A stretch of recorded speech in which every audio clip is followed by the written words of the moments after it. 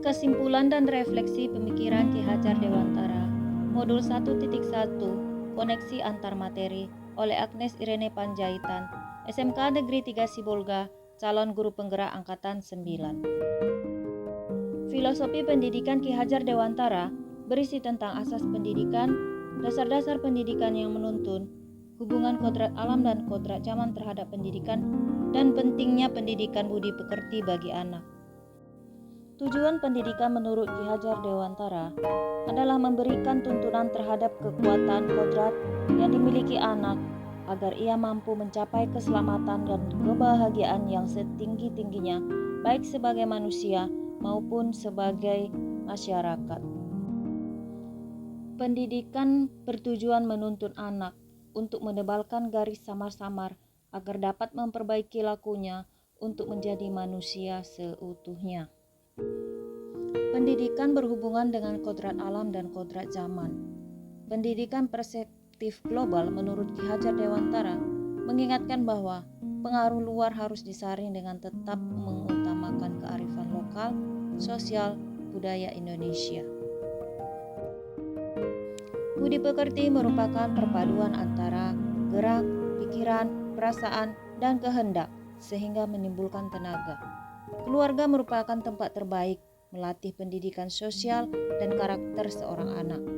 Keluarga juga merupakan tempat sempurna bagi anak untuk melatih kecerdasan budi pekerti yang merupakan penentu watak suatu individu. Apa yang Anda percaya tentang murid dan pembelajaran di kelas sebelum Anda mempelajari modul? Pembelajaran yang saya lakukan, yang pertama, hanya mentransfer materi pembelajaran. Saya menganggap ketuntasan dalam menyampaikan materi lebih penting daripada memahami karakteristik murid. Biasanya hanya melihat dari aspek kognitif saja. Contohnya saat mereka mengerjakan tugas ataupun ulangan harian. Jika nilai murid sudah mencapai KKM, dianggap pembelajaran sudah berhasil. Selain itu, saya juga beranggapan bahwa murid sebagai objek pembelajaran, sehingga pembelajaran berpusat pada guru atau teacher center. Sebelumnya, saya tidak mempedulikan apakah murid benar-benar paham dari apa yang saya ajarkan atau tidak, karena fokus utama saya lebih ke ketercapaian materi. Sehingga sering merasa gagal dan mengeluh jika banyak murid yang tidak tuntas setelah melakukan evaluasi. Apa yang berubah dari pemikiran atau perilaku Anda setelah mempelajari modul ini? Setelah saya mempelajari modul ini, saya menyadari bahwa apa yang saya pikirkan dan saya lakukan selama ini tidak tepat.